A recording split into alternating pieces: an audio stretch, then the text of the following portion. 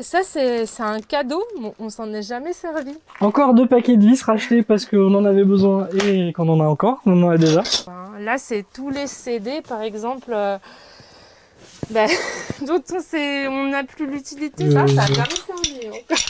Non, mais parce que c'était acheté pour l'ancien logement, on n'en a plus l'utilité ici. On venait d'un appartement, on a emménagé dans une maison plus grande, mais finalement, on s'est aperçu on était toujours autant encombrés. Et aussi, le fait de déménager, là, c'est quand on a vu le volume du camion, où on a eu le déclic.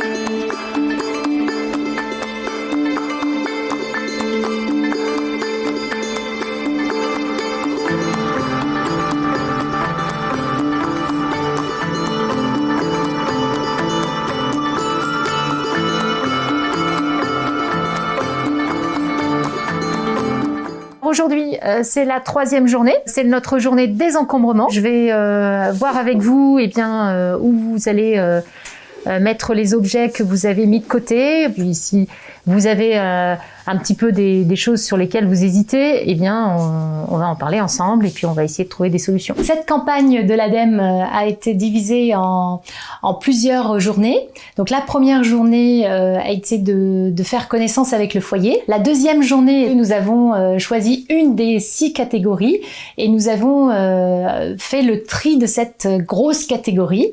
La 3e journée est sur le désencombrement et puis la 4e journée sera sur la consommation plus raisonnable, comment ils vont consommer par la suite. Et on espère qu'ils vont consommer différemment et puis justement par rapport à l'obsolescence des appareils et autres qui vont avoir une réflexion plus longue pour l'achat d'un bien ou d'un objet.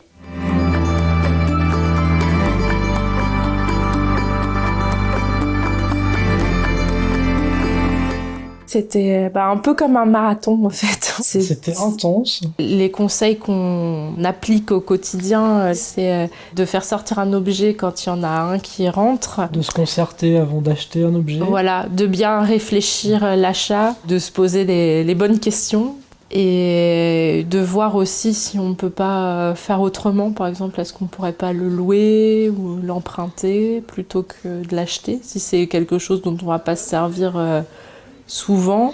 Et on fait attention à l'indice de réparabilité, on fait attention à l'origine, on essaye de tout voir si on peut trouver d'occasion. On se rend compte qu'il y a d'autres modes de vie aussi et que finalement si tout le monde vivait comme ça, peut-être qu'on vivrait tous un peu mieux aussi. Le but c'est d'appliquer ça au quotidien, à l'avenir. Ça a changé notre vision par rapport à la consommation, la surconsommation. Et le but, c'est qu'on se sente bien chez nous, que ça soit plus un fardeau de ranger, qu'on puisse ranger assez rapidement et facilement et qu'on puisse profiter de notre famille.